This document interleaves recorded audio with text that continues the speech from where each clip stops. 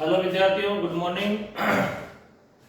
अभी हम हड़प्पा सभ्यता में जो शिल्प उत्पादन कार्य के लिए चर्चा कर रहे हैं, कौन कौन से पहले केंद्र थे, कौन कौन से वहाँ पर कार्य होते थे, क्या हमारे पास साक्ष्य थे, उसी से रिलेटेड अगला बिंदु है कि शिल्प उत्पादन है तो माल प्राप्त करने के तरीके। कोई भी कार्य हो, किसी भी कार्य को करने के लिए कच्ची सामग्री की आवश्यकता होती है, ये आप अच्छी तरीके से जानते हैं। ज्यादातर कल कारखाने वहीं खुलते हैं जहां पर कच्ची सामग्री बहुतायत में मिलती है, बहुत ज्यादा मात्रा में। जैसे कि मैं आपको बता दूं कि राजस्थान के दक्षिणी भाग में वर्तमान में सीसा, जस्ता वगैरह ये चीजें मिलती है ज्यादातर मात्रा में, चांदी वगैरह मिलती है। तो उदयपुर के जामरकोटड़ा नाम का एक स्थान है, वहां पर एक कल कारखाना खुला हुआ है, हिंदुस्तान जिंक लिमिटेड। ठीक है, तो जो सीसा और जस्ता, चांदी वगैरह एक अयस्क के रूप में एक साथ मिलती है धातुएं, उसे अयस्क बोलते हैं। तो उस हिंदुस्तान जिंक लिमिटेड के अंदर उन सब खनिजों को अलग अलग किया जाता है, क्योंकि सबकी उपयोगिता कैसी है, अलग अलग है। कुछ खनिज ऐसे होते हैं जिनकी एक साथ उपयोगिता पड़ती है, कुछ खनिज ऐसे होते हैं जिनकी उपयोगिता अलग अलग होती है। ठीक है, जैसे कांसा कैसे बनता है, जस्ता और टिन को मिलाकर के हम कांसा बनाते हैं। तो कई बार ऐसा भी होता है कि दो धातुओं को मिक्स करना पड़ता है, कई बार दो दो तीन तीन धातुएं एक साथ आती है तो उनको अलग अलग करना पड़ता है। अपने स्टील के प्लांट देखो, भारत के अंदर झारखंड वगैरह, जो उड़ीसा उधर राज्य ज्यादा है वहां पर है, तो स्टील को तैयार करने के लिए जिन खनिजों की आवश्यकता होती है वो वहां पर ज्यादा है, इसलिए कल कारखाने भी वहां खुलेंगे। भारत के अंदर मान लो जैसे कृषि के क्षेत्र में देख लो कि गन्ना ज्यादा आपको उत्तर प्रदेश और महाराष्ट्र के अंदर मिलेगा, तो इसके कल कारखाने भी ज्यादातर वहीं स्थापित है। ठीक है, उसी प्रकार से अब हड़प्पा सभ्यता के लोग जो विभिन्न प्रकार के शिल्प कार्य करते थे, उन शिल्प कार्यों के लिए वो अपनी कच्ची सामग्री या कच्चा माल कौन कौन से स्थानों से प्राप्त करते थे, प्रश्न आपका ये है। ठीक है, तो स्थान है एक नागेश्वर और एक बालाकोट। ठीक है, नागेश्वर कहां पर है, गुजरात के अंदर है।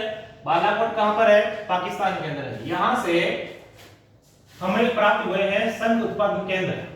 ठीक है, हड़प्पा सभ्यता में नागेश्वर और बालाकोट में संघ उत्पादन केंद्र स्थापित है। बालाकोट पाकिस्तान, अभी देखा जाए तो हमसे काफी दूर है वो, लेकिन वहीं पर स्थापित है, क्योंकि वहां पर कच्ची सामग्री उत्पन्न होती है वो बहुत आसानी से मिल जाती है।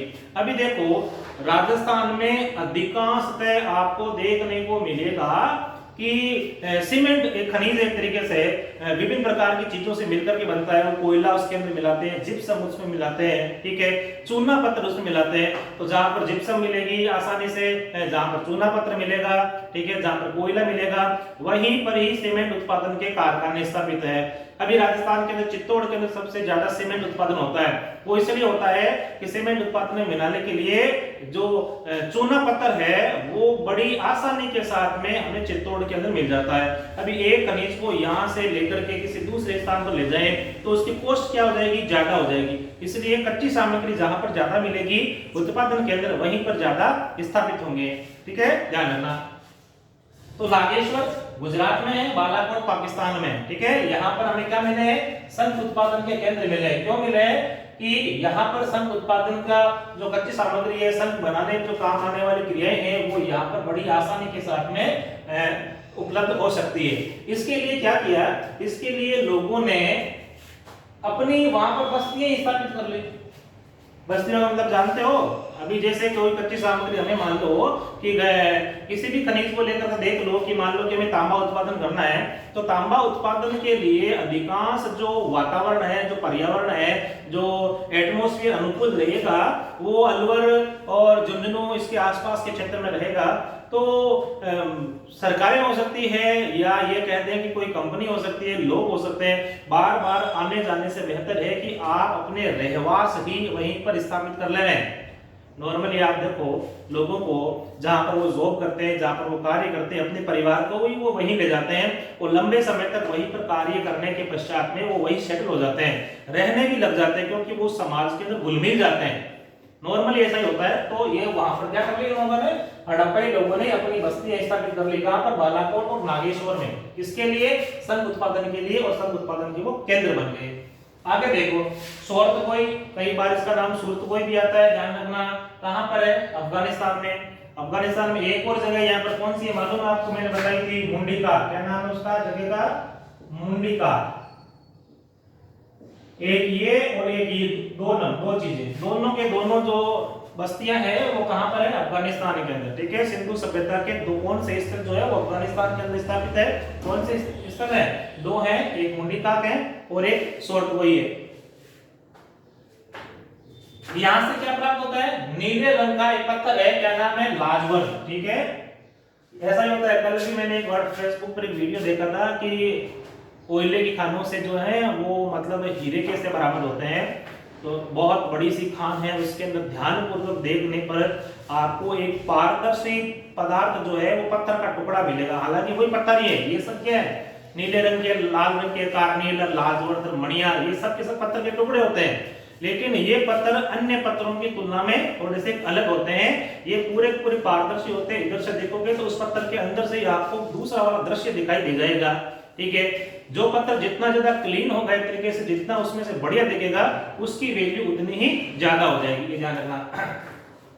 तो अफगानिस्तान का स्थल कौन सा है, सोर्टवोई, ठीक है। यहां से हमें क्या प्राप्त हो रहा है, एक नीले लाल रंग का पत्थर प्राप्त हो रहा है, जिससे मणिया, मैंने बताया था पत्थर जितना चमकीला होगा, ठीक है, जितना क्लीन होगा एक तरीके से, जितनी उसकी मोटाई ज्यादा होगी उतना ही ज्यादा वो महंगा होगा। अब महंगी चीजों को आप एक स्थान से दूसरे स्थान पर, चाहे वो कितनी महंगी क्यों ना हो, यदि उसकी कीमत ज्यादा लगती है तो आप वो व्यापार या वो कार्य बड़ी आसानी के साथ में कर सकते हैं।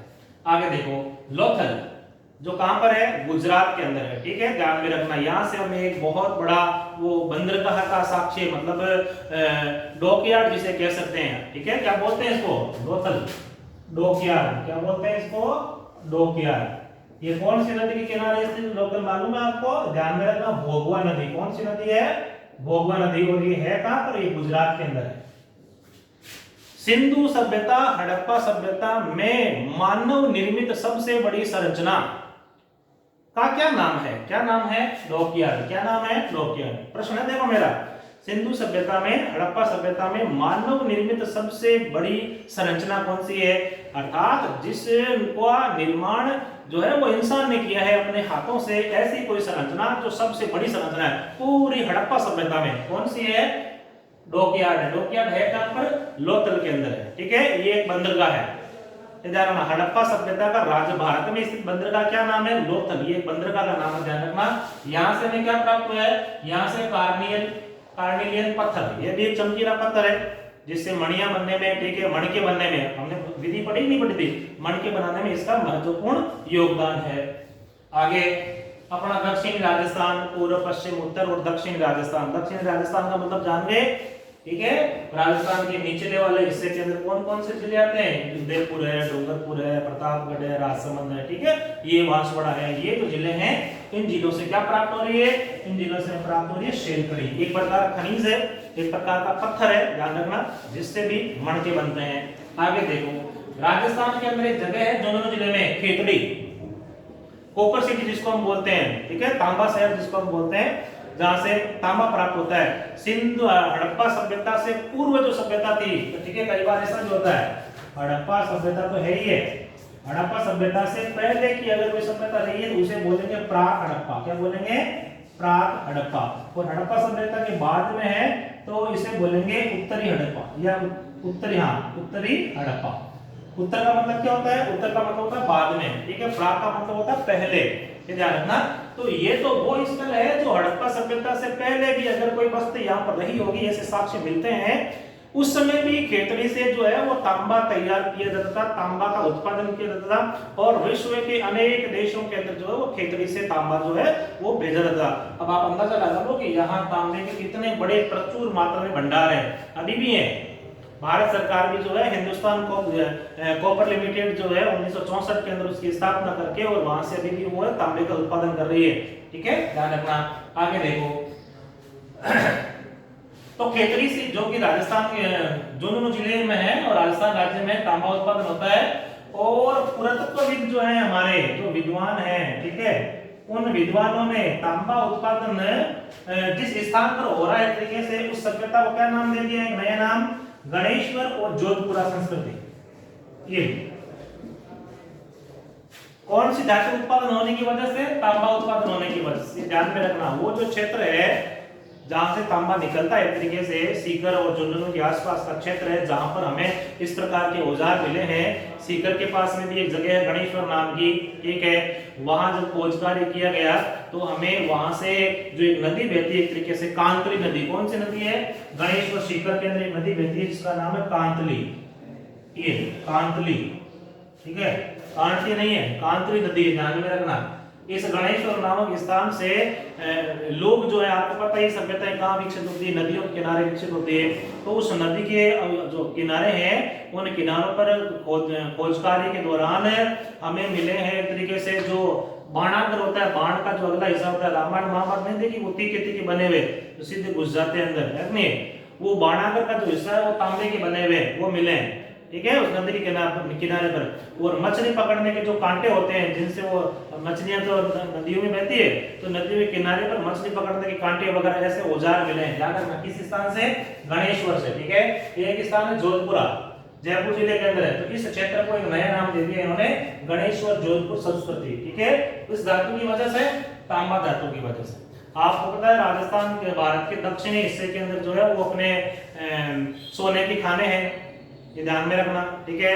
आंध्रा के अंदर है, केरला के अंदर जो सोने की खाने मिली है, तो दक्षिण भारत से, ठीक है, ये लोग क्या प्राप्त करते हैं? सोना प्राप्त करते हैं। अभी निश्चित रूप से ये आप मान के चलो कि जहां जहां कच्ची सामग्रियों का उत्पादन होगा, कुछ कच्ची सामग्रियां तो आपको मिलेगी, आप वहां से उन चीजों का निर्माण करोगे, उन चीजों को लेकर के निर्माण करोगे, ठीक है। तो भारत में जितने भी शिल्प कार्य हड़प्पा सभ्यता के दौरान होते थे, मैंने 8 नाम लिखे थे, उन 8 के लिए जो कच्ची सामग्रियां प्राप्त होती है वो इन स्थानों से, नागेश्वर बालाकोट से क्या मिलता है? शंख मिलता है। अफगानिस्तान के सोरठपुर से क्या मिलता है? नीले रंग का पत्थर मिलता है, लाजवर्द, ठीक है। लोथल से क्या मिलता है? कार्नियल पत्थर मिलता है। दक्षिणी राजस्थान से क्या मिलती है? शेलकड़ी मिलती है। खेतरी से क्या मिलता है? तांबा मिलता है। दक्षिणी भारत से क्या मिलता है? सोना मिलता है, ठीक है, ध्यान में रखना। धन्यवाद।